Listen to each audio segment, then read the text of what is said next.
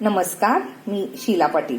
शिदोळीमध्ये आपलं स्वागत आहे. आज आपण पाहणार आहे बाजरीची भाकरी.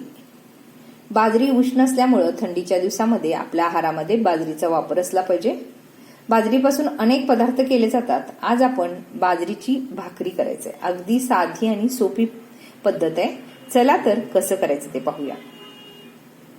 बाजरीची भाकरी करण्यासाठी मी इथं बाजरीचं पीठ चाळून घेतलेलं आहे. आपल्याला जितकं भाकरी करायचंय त्यानुसार पीठ घ्यायचंय. पीठ चाळून घेतल्यानंतर त्यामध्ये थोडंसं खड्डा काढायचा. जर बाजरीचं पीठ ताजं असेल तर आपल्याला आदन घालायची काही गरज नाही, पण जर थोडे दिवस झाले असतील तर मात्र आपल्याला गरम पाण्याची म्हणजेच आदनाची गरज असते. मी त्यासाठी थोडंसं एका पातेल्यामध्ये पाणी गरम करून घेतले. उकळी आलेलं पाणी यामध्ये थोडंसं घालायचं म्हणजे पिठाला चिकटपणा येतो.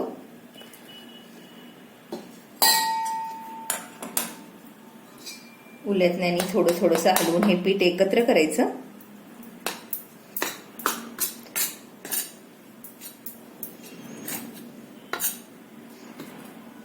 आणि तर लागेल तसं थंड पाणी घालून हे कणिक आपण मळून घ्यायचंय.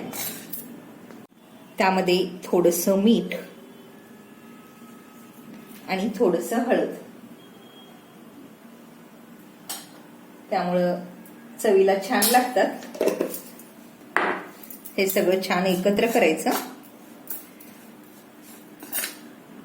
गरजेनुसार थंड पाणी लावून हे आता छानसं मळून घ्यायचंय. आपण नेहमी जसं ज्वारीचं भाकरी करतो अगदी त्याच पद्धतीनं, फक्त याला चिकटपणा थोडासा कमी असतो. त्यामुळं आपल्याला इथं गरम पाण्याचा वापर करायचा होता.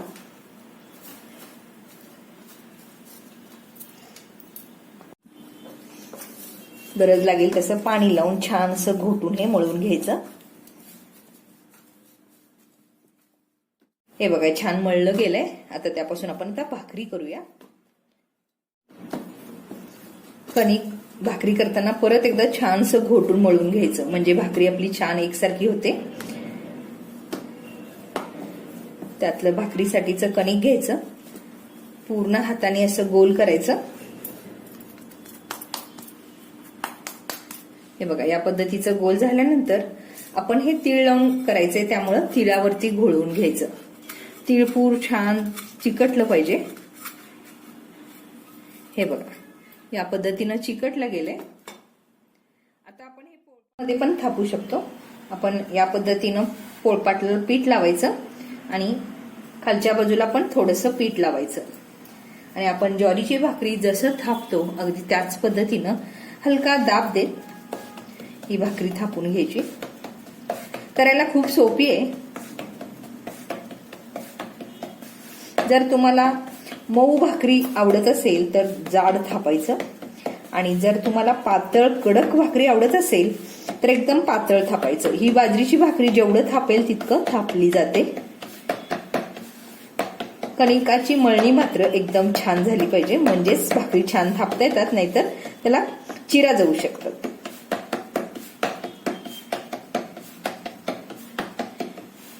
हे बघा किती छान भाकरी तयार झाली.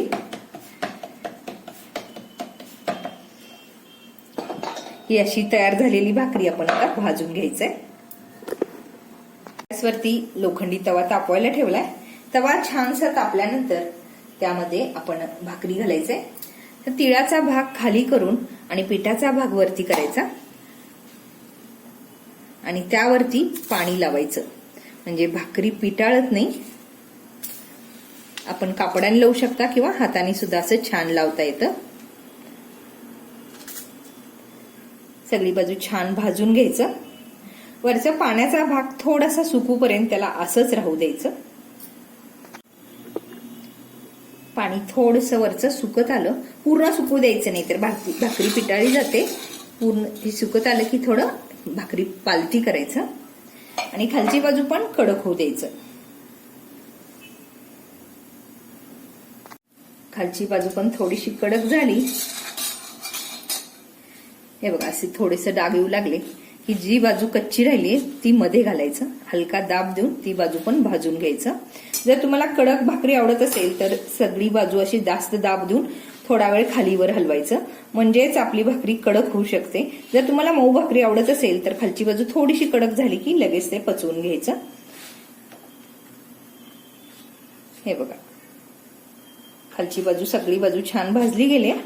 ह्या स्टेजला आपण आता जास्त डायरेक्टली तव्यावरती पण हे भाजू शकतो किंवा आपण पूर्ण गॅसवरती हे भाजू शकतो.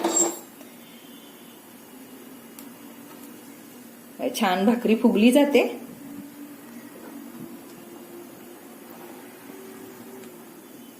सगळी बाजू छान अशी भाजली गेली. परत हे काढून घ्यायचं. बघा किती छान बाजरीची भाकरी तयार झालेली आहे. ही अशी तयार झालेली भाकरी आपण टोपलीमध्ये काढायचं, म्हणजेच त्यातली हवा निघून जाते आणि अगदी भाकरी आहे अशीच राहते. पूर्ण थंड झाल्यानंतर ही भाकरी एकावर एक असं ठेवून मग आपण ते डब्यामध्ये घालू शकतो. तुम्ही या पद्धतीनं थंडीच्या दिवसामध्ये बाजरीची भाकरी करून पहा.